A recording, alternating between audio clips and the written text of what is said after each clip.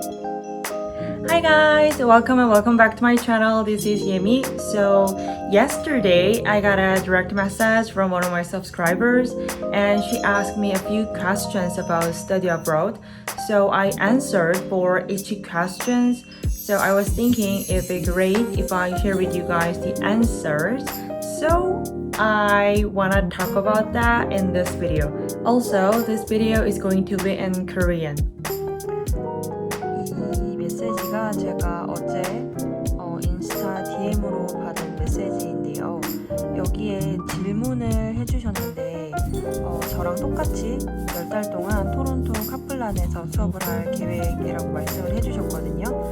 그래서 첫 번째는 카플란 수업이 전체적으로 어땠는지 지금 스피킹 실력이 그 전에 어학연수를 가기 전보다 많이 늘었는지 또 카플란에서 꼭 들었으면 하는 수업 같은 것들 또 한국인 비율 이런 거에 대해서 많이 질문을 해주셨어요.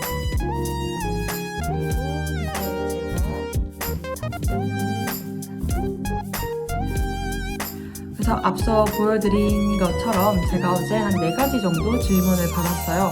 그래서 그중 4가지 중 3가지가 학원에 관한 거였고 나머지 1가지는 이제 한국인 비율에 관한 거였는데 질문자님께서 저한테 해주신 이야기가 인터넷이나 뭐 유튜브에 현지 어학원에 관해서 많이 찾아보셨는데 대부분 다 유학원 광고성 블로그들이 많았다고 하시는 거예요.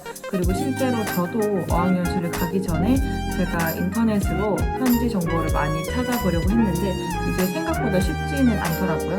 그래서 저도 한 학원밖에 다니지는 않았지만 그래도 이 학원에 대한 정보를 한번 드려보고 싶어서 영상을 준비를 해봤고 그리고 현지에 있는 어학원 시스템 같은 경우에는 기본적인 틀이 크게 다르다는 느낌을 못 받았어요. 주변에 뭐 다른 어학원을 다닌 친구들의 이야기를 들어봤을 때도 그렇고 전반적인 체계는 비슷했기 때문에 이걸 바탕으로 한 번 더 현지 어학원 어떤 프로그램을 가지고 있는지에 대해서 생각을 해보실 수 있는데 도움이 되셨으면 좋겠습니다.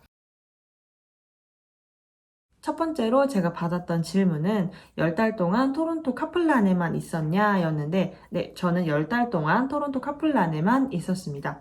근데 주변에 이제 다른 외국인 친구들은 토론토 카플란에서 2주 또는 미국 엠파이어 스테이트 빌딩에 있는 카플란에서 또 몇 주 이런 식으로 학원을 지역으로 옮겨 트랜스퍼 하는 경우를 봤었고 그리고 뭐 토론토에서 밴쿠버로 간다든지 또는 밴쿠버에서 토론토로 온다든지 이런 경우는 되게 많이 봤었어요.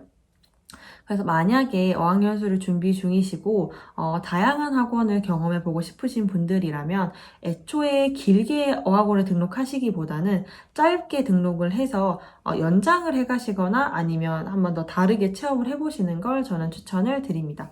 왜냐하면 길게 등록을 하시고 학원이 너무 안 맞아서 만약에 다른 학원으로 옮기시게 되면은 이 부분에서 환불 수수료가 또 발생을 할 수가 있어요. 그래서 여러 가지 부분을 잘 고려해 보시고 본인에게 가장 맞는 시스템을 선택하시는 걸 추천해 드립니다.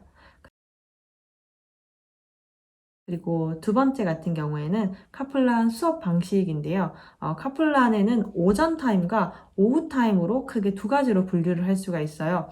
오전 타임의 경우에는 8시 15분부터 1시 이전에 모든 수업이 끝이 나고 오후 타임 같은 경우에는 1시 이후부터 6시 이전에 모든 수업이 마무리가 되는 시스템입니다. 저 같은 경우에는 저는 오전 수업을 지향해서 계속 10달 동안 들으려고 노력을 했었고 특히나 여름 같은 경우에는 날씨가 정말 좋아요. 토론토 날씨가 정말 좋아서 오후에 학원에 있는 게 너무 아까울 만큼 날씨가 좋기 때문에 오전에 후딱 수업을 하고 이제 오후를 조금 자유롭게 저는 보냈었고 그리고 겨울 같은 경우에는 눈이 워낙 많이 오다 보니까 아침에 교통 체증이 있을 수가 있어요. 그거는 본인의 생체 리듬에 맞춰서 잘 선택을 하셨으면 좋겠습니다.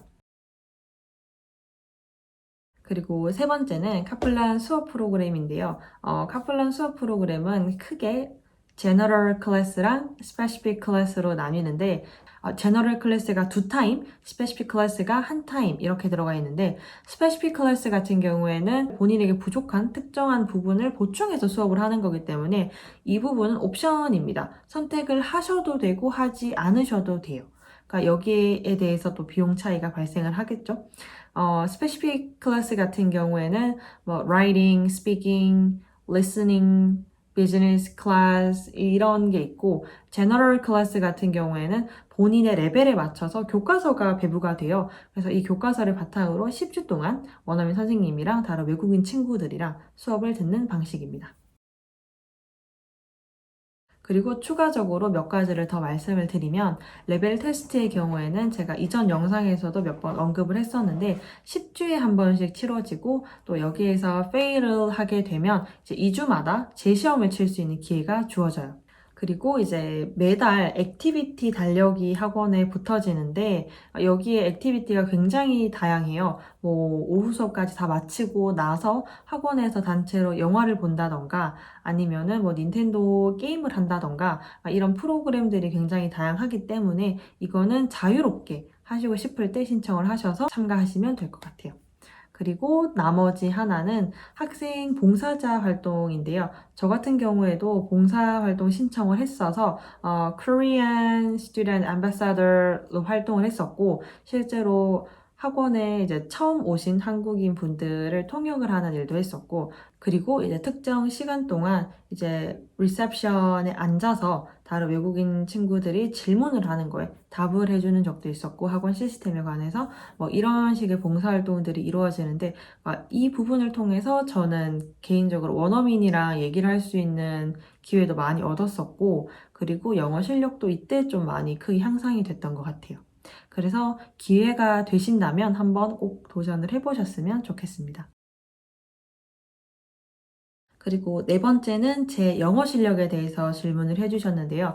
제가 이것도 이전 영상에서 많이 언급을 했었는데 토론토를 가기 전에는 진짜 고등학교 의무교육 수준 그 정도밖에 할 줄 몰랐었고 조금 다른 점이 있다면 어릴 때부터 뭐 DVD나 다른 영어 비디오를 엄마가 굉장히 많이 보여주셨어요. 이러다 보니까 영어에 대한 두려움은 없었던 것 같아요. 네.